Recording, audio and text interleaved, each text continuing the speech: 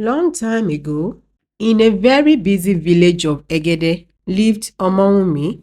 Egede is quite a busy village filled with traders and food vendors, situated along the travel pathway to other Yoruba villages. Omoumi was an only child. She had lost her parents few months after her marriage. This led Omoumi onto a mental breakdown. She felt lonelier than she had ever been. Omomi had no siblings nor relatives. She considered her husband, Dotun, as her family. However, Dotun was never around to console her during her most vulnerable moments. Her wicked mother-in-law, Ireti, did not make the situation easier for her. She constantly creates negativity and tension within the household. Omoumi had a miscarriage during the grieving process of her parents' death. This made matter worse even for her. Her mother-in-law had accused her of killing her grandchild. All her mother-in-law Ireti does was speak on Omoumi for the slightest thing. She would throw a fit if she does not like the food prepared by Omoumi. She often fuss about her cooking not having enough pepper or spice. Sometimes her mother-in-law would complain about how her laundry was not properly done. Life was hard for Omoumi. She had no one else to turn to. Most of her friends had defied her. At first, they stopped visiting her, then later avoided inviting her over because of her mother-in-law's horrible attitude towards them. Omoome felt isolated from the rest of the world. The situation was too much for Omoome to handle. She contemplated on taking her own life. However, the fear of ending up in the depths of the underworld was more terrifying.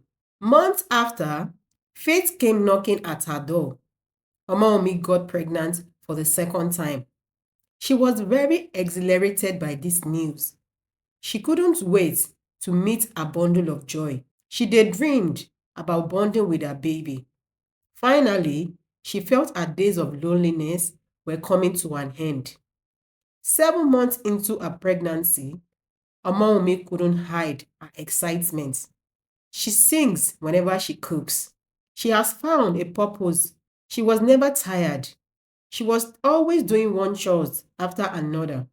Meanwhile, her mother-in-law would always find something to keep Omoumi busy. She informed Omoumi that doing these chores would make the childbirth process pain-free. Omoumi obeyed her mother-in-law's every command. Her husband, Dotun, had always sided with his mother. He agreed the painstaking tasks were important for Omoumi and their unborn child. One fateful afternoon, Omoumi went to the stream to fetch some water. As soon as she arrived back home, she called on her mother-in-law to assist her with the water pot. Her mother-in-law, Ireti, began scolding her like an underling. She called her a spoilt, lazy human being who was never good enough for her son. She berated her parents for not raising her properly. Her mother-in-law walked furiously past Omoumi and deliberately shoved Omoumi to the side. Omoumi staggered sideways. However, she fell hard on the floor, hitting her gravid belly. Omoumi felt an intense cramping on her lower abdomen, further through her spine. She began to bleed out. Omoumi cried out in pain while holding her belly. Her mother-in-law just stood there like a boss. She basically watched Omoumi go through the most traumatic moment of her life. She eventually walked out of the house and made her way to the market. Omoumi screamed for help badly. No one came to her rescue. She was on the ground for hours before she regained her strength to stand. She stepped out of the hut.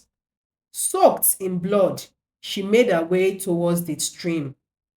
The villagers watched her with curiosity. Iya Ibeji, the fufu seller, rushed towards her by covering her with a wrapper. She took Omoumi to her house and cleaned her up. Iya Ibeji also offered her food and care. Omoumi was advised to take a nap while she fetched the native doctor. Iya Ibeji showed up with a native doctor about an hour later. However, Omoumi was fast asleep.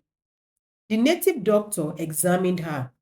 He observed Omoumi was crying and talking in her sleep.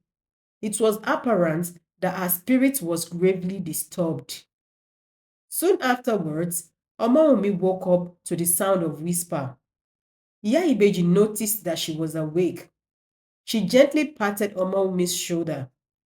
The native doctor informed her that the fall had impacted the loss of the pregnancy. Omoumi screamed in disbelief. You could feel the sad hot tears flowing down her cheek. She was filled with terror and resentment. She questioned the gods for the reoccurrence of bad things in her life. Iya Ibeji sobbed quietly behind her. She felt Omoumi's pain. The native doctor proceeded to explain that her womb had been ruptured during the fall. Omoumi felt her hope of motherhood had been stolen by her mean-spirited mother-in-law. The native doctor gave her some concoction to drink. He also prescribed some herbs for her to use to speed up her healing process. Omoumi stayed at Iya Ibeji's dwelling for 3 more days to recuperate. She informed Iya Ibeji what had occurred on that fateful day, including the unending abuse she had tolerated from her evil mother-in-law. Neither Dotun nor his mother went to check on Omoumi's well-being at Iya Ibeji's house. Even so, they were made aware of the incident. Ireti had concocted the biggest lies ever been told in the history of insufferable mother-in-laws. As expected, Dotun believed his mother's words unquestionably. The lack of remorse exhibited by Ireti, coupled with Dotun's failure to protect her, made Omoumi even more betrayed. It was in that moment Omoumi came to a realization that she was never truly loved or wanted around. On the fourth day, Omoumi walked into a marital home. She picked up few Ankara clothes, including a pouch of money she had inherited from her mother. She left without looking back. Omoumi stayed with Iya Ibeji for a couple of more days to properly recover. She offered Iya Ibeji payment for her stay. Nonetheless, Iya Ibeji refused the offer. She ensured Omoumi that her reasons for assisting her was basically because she had been through similar ordeal with her late mother-in-law. She further stated that she saw Omoumi as a sister. Her statement made Omoumi very tearful. Omoumi was amazed that someone could care for her this much without being related to her. She felt seen and relieved. Few weeks later, Omoumi left Iya Ibeji's house. It was a sad departure. Iya Ibeji had become very fond of her. Omoumi promised to send her a message once she had settled in a new environment. Omoumi was determined to explore the land. She traveled through the woods for several weeks with little or nothing to eat. She was able to help herself sometimes with fruits found in the forest. Whenever she arrived at a new village, she always had this feeling that that wasn't where she belonged or where she was destined to come. She would continue to forge towards the forest and continue her journey. Whenever the feelings of doubt set in, she would remind herself there is no going back. She would also motivate herself by taking a breather and she would forge further away through the woods, determined to find herself a new community. Oftentimes, she would cry during her journey whenever she touches her belly, realizing that she was no longer pregnant. One beautiful evening, the sunset was in its golden hours. The atmosphere was calmly warm. Omomi paused for a moment. She looked directly towards the sunset as she made a silent wish. Omomi didn't know that everything was about to change for her. She continued her journey. Days later, as she walked past the stream of Arole village, she heard a faint sound. She paused for a moment. However, it was quiet as a cricket. She continued with her journey. Suddenly, the sound became louder. She stopped to confirm if she was hearing right. It was a cry of a baby. She decided to trace the direction of the sound. She came across a path. Just right under a palm tree was a basket. Inside the basket lies a little baby covered in blanket, crying hysterically. The baby could not be more than just 2 days old. Omaomi moved closer. She carried the baby on her shoulder while she gently rocked her back until the baby stopped crying. Omaomi felt her heart beating so fast. This feeling was good. Suddenly, the thought of her lost pregnancy came flooding back. Tears spilled, calmly flowing down her face like a river running off a wall. She embraced the baby closely towards her chest. All of a sudden, she heard a cry from behind her. She inspected the baby on her shoulder. It wasn't the one crying. She looked further behind the palm tree, and there was another baby in a basket. Mommy was astonished. Two babies in a day. A twin. She must be in a dreamland. It felt unreal. She snapped out of it by backing the first baby, then gently lifted the second baby out of the basket. She walked around to confirm if their mother was close by. She searched around the vicinity, but no one was in sight. She concluded to find their mother by reporting the situation to the king of Arole village. She came across a young farmer who directed her towards the palace. When she got to the palace, she explained in details how she had found the twins.